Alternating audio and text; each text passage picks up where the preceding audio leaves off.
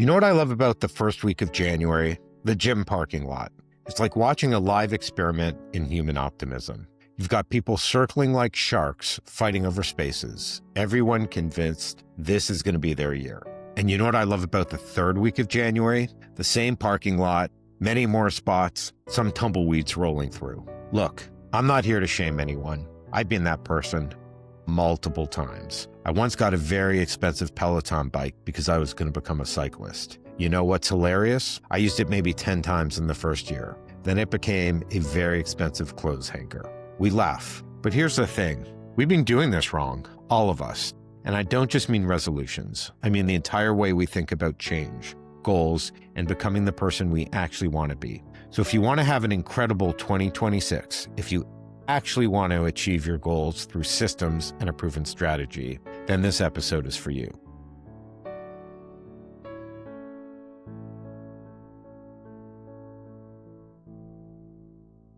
Welcome to the Conscious Divorce Podcast. I'm Justin Milrad.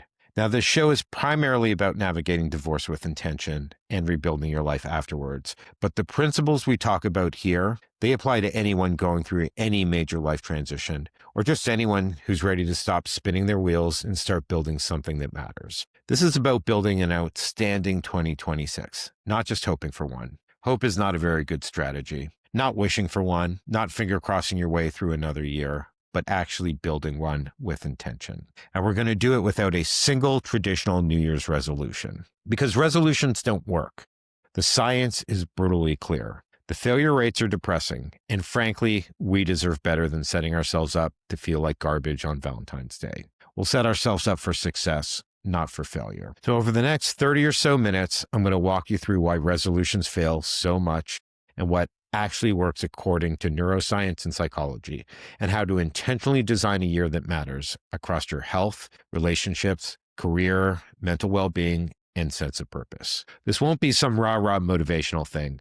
I'm not going to tell you to wake up at 4 a.m., take cold showers, and manifest your dreams into the universe. This will be practical, evidence-based, and designed for real humans with real lives. Sound good? Let's do this. All right, so why do resolutions fail? The stats are almost comical if they weren't so sad. About 80% of New Year's resolutions fail by the second week of February. That's 80%. That means if you and 4 friends make resolutions together on New Year's Eve while you clink glasses, feel inspired, and take that group selfie, statistically, only one of you will still be at it 6 weeks later. And here's the brutal part. It's not because we're lazy. It's not because we lack discipline. It's because the entire model is fundamentally broken at a neurological level. Let me break this down. The first problem, resolutions rely on willpower, and willpower is the worst possible strategy for sustainable change. Think about willpower like your phone battery. You wake up, you're at 100%, feeling great, ready to conquer the world. By 10 a.m., after 17 work emails, a frustrating Zoom call, deciding what to eat for lunch, resisting the donut someone brought into the office, and dealing with your kids' school calling about a forgotten permission slip, you're at 60%.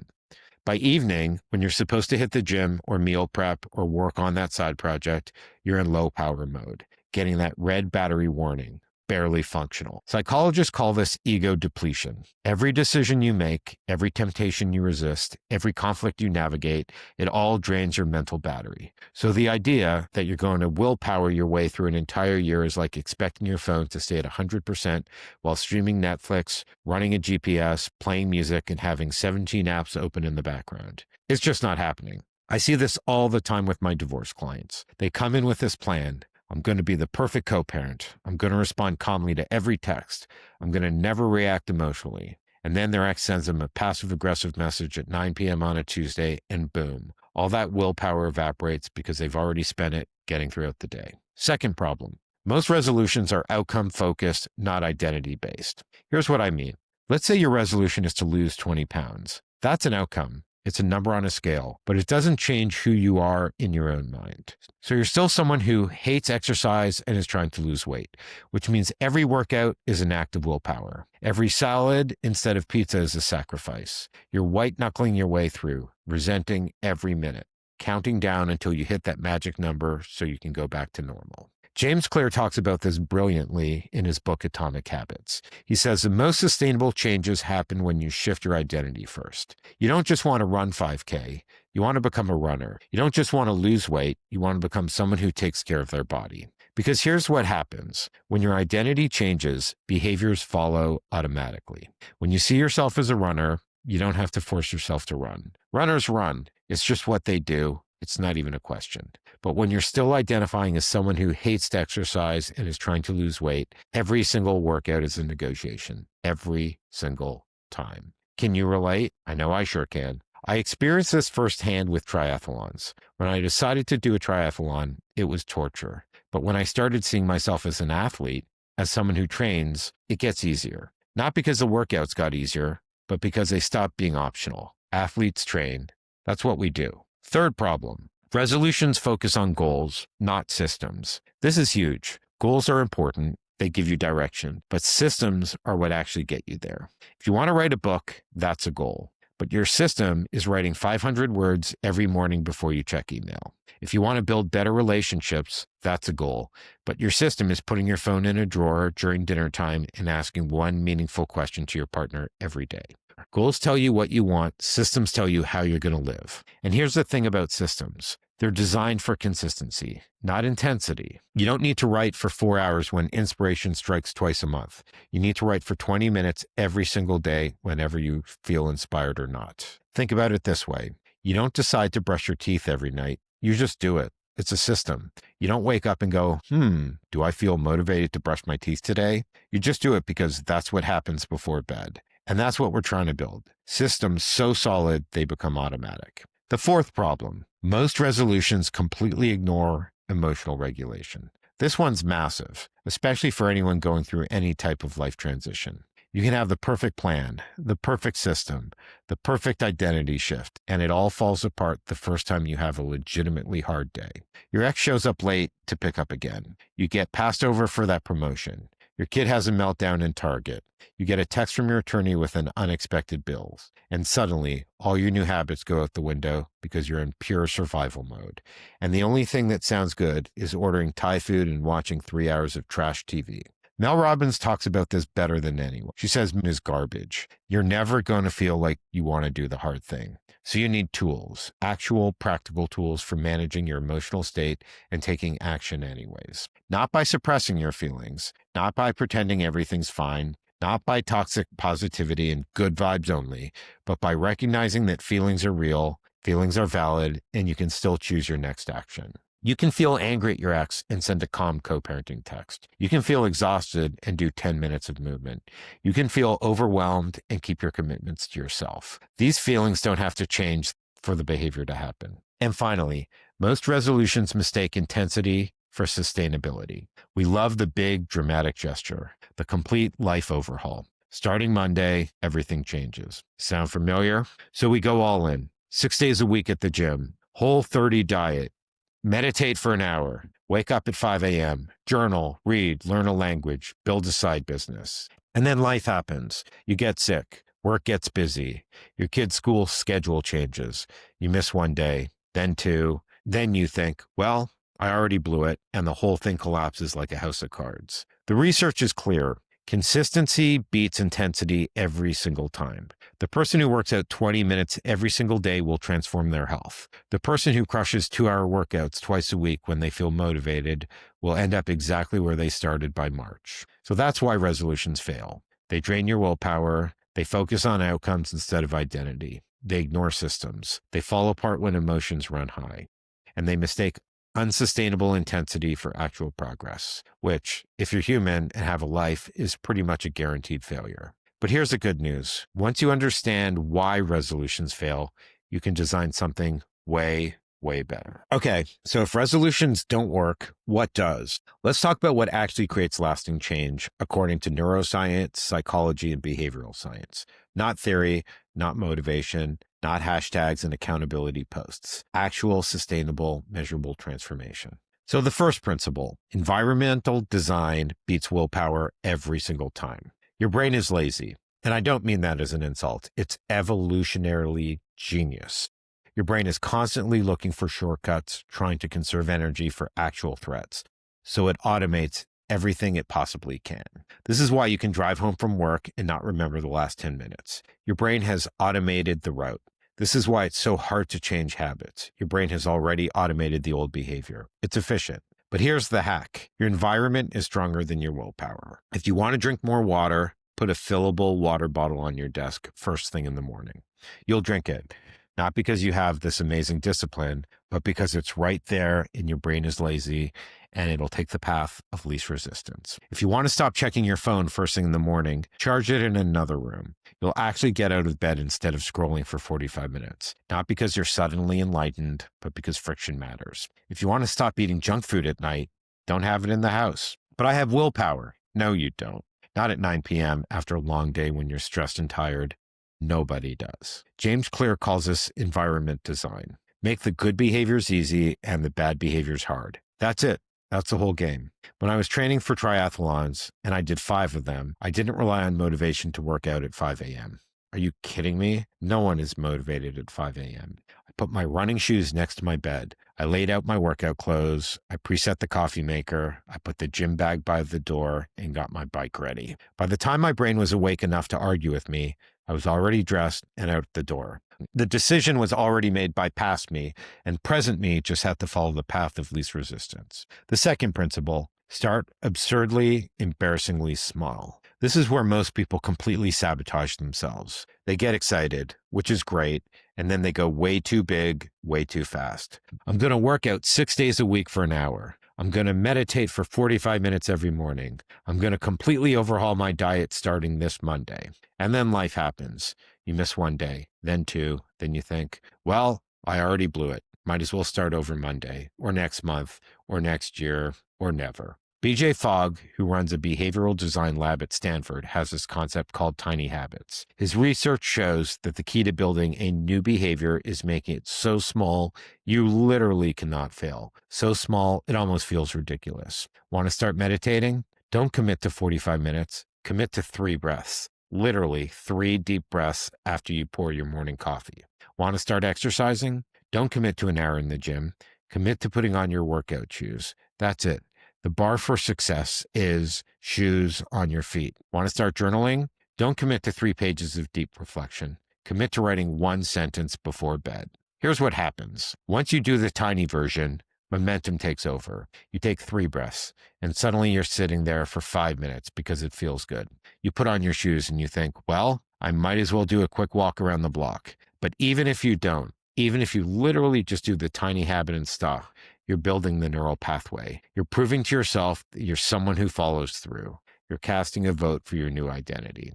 And that's the real game, self-trust. Every time you do what you say you do, even the tiniest version, you're building self-trust. And every time you break a commitment to yourself, you're eroding it. So make the commitment so small that you just can't break it.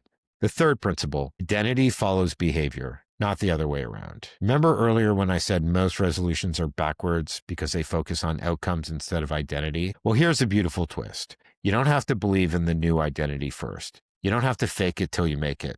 You prove it to yourself through behavior. Every time you do the thing, even the tiny version, you're casting a vote for the person you want to become. Every workout is a vote for, I'm someone who takes care of my body.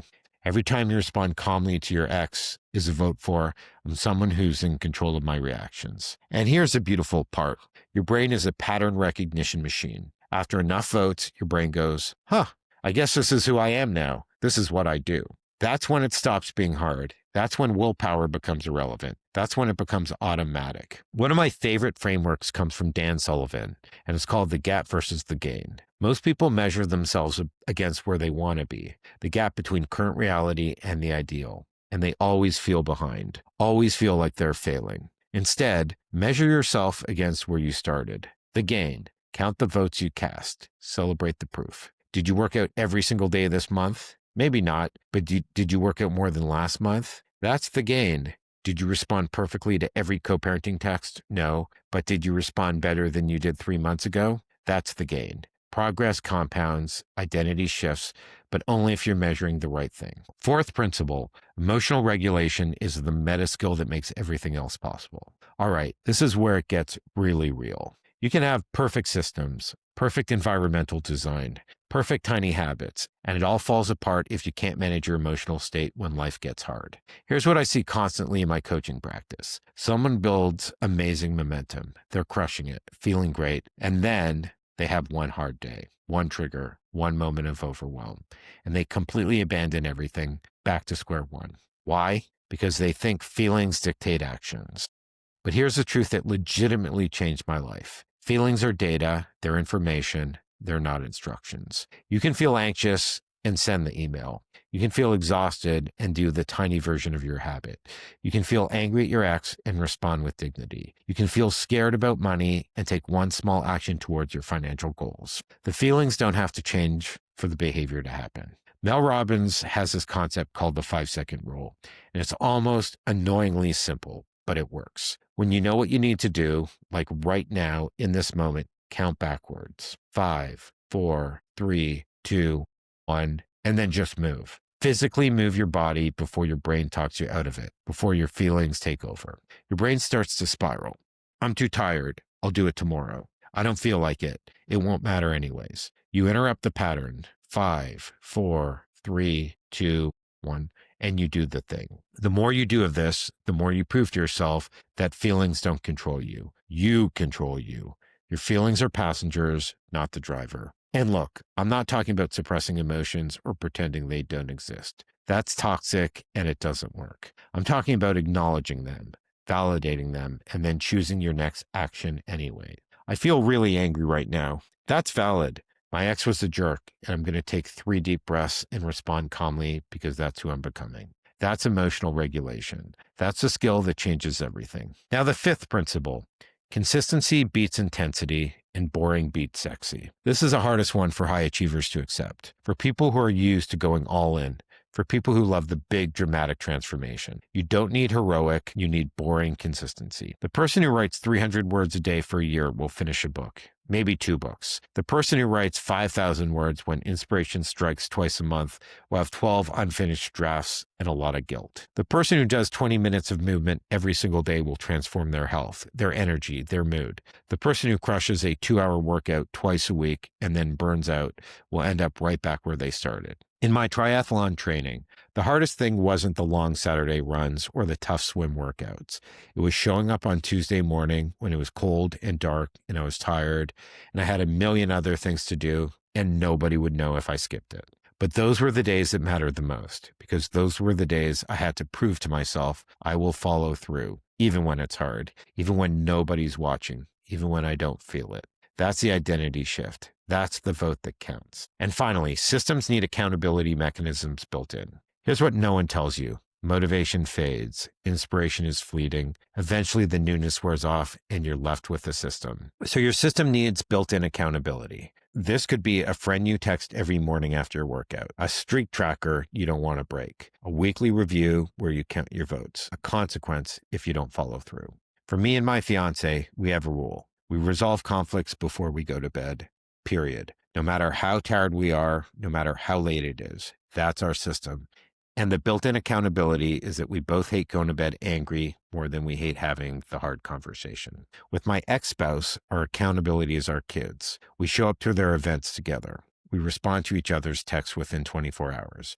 We prioritize their well-being over our egos because we're both committed to being the parents they deserve, and we hold each other to that standard. What's your accountability mechanism? Because without it, you're relying on willpower again, and we already know how that ends. So that's the science: environmental design, tiny habits, identity through behavior, emotional regulation, consistency over intensity, and built-in accountability. Not sexy, not going to get a million likes on Instagram, but it works, and that's what matters most. All right, let's get ruthlessly practical. How do you actually use this to design an outstanding 2026? Not a good year, not a better than last year, an outstanding year. I'm going to walk you through the exact framework I use with my coaching clients. It's called Reclaim, Reboot, You 2.0. And it works whether you're navigating a divorce, rebuilding after one, or just realizing your current life needs a serious redesign. Step 1, reclaim. Get brutally clear on what actually matters. Most people skip this step entirely. They jump straight into goal setting without actually figuring out what it is they want their life to feel like. They set goals like make 6 figures or lose 30 pounds without asking, if I hit that goal, will my life actually be better? Will I be happier? Will it matter? So here's what I want you to do. And you can literally pause this episode right now and do it, or come back to it later, but actually do it. Don't just listen, nod, but do it. Ask yourself, what are the 5 most important areas of my life? For most people, it's some version of personal growth and mental health, relationships with partners, kids, family, friends, career and finances, physical health and energy, and meaning, purpose, and contribution. Now, for each area, ask, if this area of my life was outstanding 1 year from now, what would be different? Not what goals you'd hit, not what accomplishments you'd rack up, what would be different? How would it feel? What would you be doing regularly? What would you have to let go of? This is where most people have massive breakthroughs because they realize they've been chasing the wrong things. I had a client who recently said he wanted to work less, but when we dug into it, he didn't actually want to work less. He was passionate about his work. He wanted to stop checking work emails at 9 p.m. He wanted to be fully present when he was with his kids instead of half distracted thinking about tomorrow's meeting. He wanted boundaries. The actual problem wasn't hours. It was presence. It was boundaries. It was the mental load. Another client said she wanted to lose 30 pounds. When we dug deeper, what she actually wanted was to feel energized, to not be exhausted by 2 p.m. every day, to feel confident in her body, to be able to keep up with her kids at the park without getting winded. The weight was a proxy for something deeper. So get clear. What does outstanding actually look like in each area? Be specific, be honest. Step 2, reboot. Design your systems. Okay, now that you know what you want each area to look like, it's time to build a system that will get you there. Remember, goals set direction, systems get you there, and systems have to be stupidly simple. For each of the 5 areas, ask, what's one small, friction-light system I can build that would move me forward towards a life I want? Let's use relationships as an example. If your outstanding vision is deeply connected to my kids, your system might be, phone goes in the kitchen drawer at 6 p.m. I'm fully present until bedtime. That's it. That's a system. Simple, clear, repeatable. The bar for success is phone in drawer. Everything else is a bonus. If your outstanding vision for health is, I feel strong and energized, your system might be 20 minutes of movement every morning before I check email. Doesn't matter what. Just move. Could be a walk, could be yoga, could be dancing to 90s hip hop in your living room. It doesn't matter. The system is 20 minutes every morning before email. If your outstanding vision for your career is building towards something meaningful, your system might be 30 minutes every Saturday morning working on my side project for learning that new skill. Simple, clear, repeatable. And here's the key. Your systems need to be friction light. If you have to make 17 decisions and overcome 3 obstacles and move a mountain just to do the thing, you won't do it. Your brain will find every possible excuse. So design for ease. Pre-decide everything. Automate what you can. Remove every barrier. When I was building my coaching practice, while I was still recovering from divorce and working some consulting jobs while training for triathlons, I didn't wait for inspiration to write. I didn't try to find time. I scheduled every day from 5:30 to 6:30 a.m., Monday through Friday. Coffee made the night before, laptop open to a blank doc before I went to bed. No decisions, just sit down and write consistently. Some days it was garbage, some days it was great, but it happened because the system was stronger than my feelings. The system was stronger than my motivation. The system was automatic. Did I miss a few days here and there? Yes, life happens, but I went back to my system very quickly. Step 3, you 2.0. Vote for your new identity. Now here's where it gets powerful. For each system you build, complete this sentence. I am someone who, fill in the blank. Not I want to be, not I'm trying to be, not I hope to be someday. I am. I am someone who shows up for my kids. I am someone who takes care of my body. I am someone who follows through on my commitments. I am someone who responds with dignity even when triggered. I am someone who invests in my future. This is the identity shift. This is what makes the behavior automatic over time. And every time you do the tiniest version of your system, even on the hard days, especially on the hard days, you're casting a vote for that identity. You're not hoping you'll become that person someday. You're proving it to yourself right now. I'll give you a real example from my own life. After my divorce, I could have become bitter. I could have become the dad who talks trash about his ex. I could have made my kids feel caught in the middle. Instead, I decided I am someone who co-parents with grace.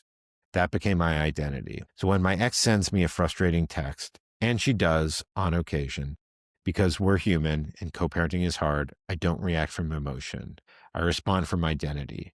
I am someone who co-parents with grace. It's not a wish, it's an action. It's a decision I've proven to myself hundreds of times. And now my ex and I attend our kids' events often together. We communicate respectfully. We put our kids first. We help one another. It's not perfect. We still have hard moments, but the identity drives the behavior, not the other way around. The 5-year filter. Here's one tool I use constantly, and I want you to memorize it because it cuts through all the noise, all the fears, all the rationalization. When you're facing a decision, whether to have a hard conversation, invest in your health, set a boundary, take a risk, spend the money, end a relationship, start a business, ask yourself, 5 years from now, which choice will I be proud of? Which choice will future you be grateful for? This destroys the trap of short-term thinking. 5 years from now, are you going to regret working out today? No. Are you going to regret skipping it 200 days this year? Probably. 5 years from now, are you going to regret having the honest conversation with your partner about what's not working? No. Are you going to regret avoiding it for 5 more years until the resentment destroys the relationship? Absolutely. 5 years from now, are you going to regret leaving the job that's killing your soul to start your own thing? Maybe. But are you going to regret staying because you were too scared to try? Almost certainly. The 5-year filter is about playing the long game. It's about building a life you're proud of, not just a year that looks good on social media. So here's one simple practice you can start today. You can implement it immediately, and it takes less than 5 minutes. Every Sunday, or whatever day works for you, do a quick weekly review. Ask yourself 3 questions. What votes did I cast this week for the person I'm becoming? Count them, write them down, celebrate them. What got in the way? Not to beat yourself up, to learn, to adjust the system. What's the one most important thing I can do this week? Not 17 things, one. The thing that if you did nothing else would make the week a win. That's it, 5 minutes. But it creates accountability, it builds awareness, and it keeps you focused on the gain, not the gap. Progress over perfection. And look, real talk for a second. You're going to mess up. You're going to miss days. You're going to have weeks where everything falls apart. You're going to get sick or overwhelmed, or life is going to throw you a curveball. That's not failure. That's being human. The goal isn't perfection. The goal isn't hitting 100% every time. The goal is becoming someone who returns to the system even after falling off. That's a reality shift. That's the real identity shift. Not, I never fail, but I will always come back. In my co-parenting relationship with my ex, we're not perfect. We still have hard moments. We still disagree. We still get frustrated, but we have a system. We prioritize the kids, we communicate respectfully, and we show up. And when we slip, which we do, we come back to the system. That's a whole game, never falling apart, coming back. Because the person who falls and gets back up 47 times is further ahead than the person who never tried at all. So that's how you design an outstanding 2026. Get clear on what matters. Build friction-light systems. Vote for your identity. Use a 5-year filter. Do your weekly reviews and give yourself grace when it's hard. Because it will be hard, but it's also well worth it. All right, so we're coming up on time. So let's bring this home. Here's what I want you to remember. 2026 isn't something that happens to you. It's something you build. You're not hoping for a better year. You're not wishing things will magically improve. You're not waiting for motivation to strike or circumstances to change. You're designing the life you want, one tiny decision at a time, one system at a time, one vote at a time. And the beautiful thing, you don't have to figure this all out today. You don't have to have the perfect plan mapped out through December 31st, 2026. You just need to start. You need to cast one vote, one tiny habit, one friction light system, one identity shift. And then tomorrow you cast another vote, and then another, and then another. And 6 months from now, you look back and barely recognize the person you were on January 1st. Not because you had some dramatic transformation, not because you're suddenly perfect, but because you showed up every day, even when it was hard, even when you didn't feel like it, even when no one was watching. And that's how you build an outstanding year. That's how you build an outstanding life. And if you're listening to this and thinking, man, I wish I had known this earlier. I wish I hadn't wasted last year. Stop. You didn't waste anything. Every experience taught you something. Every hard moment made you stronger. Every mistake gave you data. Every failure was a vote cast for resilience. You're not starting from scratch. You're starting from experience. And that's powerful. So here's my challenge for you. And I mean this, and I want you to actually do this. Before this week ends, pick one area of your life, just one. Ask yourself, what would outstanding look like in this area 1 year from now? Then design one tiny friction light system. Make it so small you can't fail. And cast your first vote. That's it. That's all you need to do right now. The rest will follow. Because here's the secret no one tells you. You don't need to change your entire life at once. You just need to start building evidence that you're someone who follows through. One vote, then another, then another. And by this time next year, you won't believe how far you've come. Thanks for spending time with me today. If this resonated with you, I'd love to hear about it. Send me a message through the website at reclaimandreboot.me. Leave a review. It actually helps more people get this show. Share this episode with someone who needs to hear it. And if you're going through a divorce or rebuilding after one, know that I see you. I've been there. I know how hard it is. And I'm here to help you not just survive it, but use it as a catalyst to build something extraordinary. Because that's what this is really about. Not just surviving, not just getting through, but building the life you actually want. All right, that's it for today. On our next episode, we're going to be looking at money matters and how to prepare your financials for going through a divorce. Until then, remember, you're not broken. You're not behind. You're exactly where you need to be. This is the Conscious Divorce Podcast. I'm Justin Milrad, and here's to building an outstanding 2026. Let's go.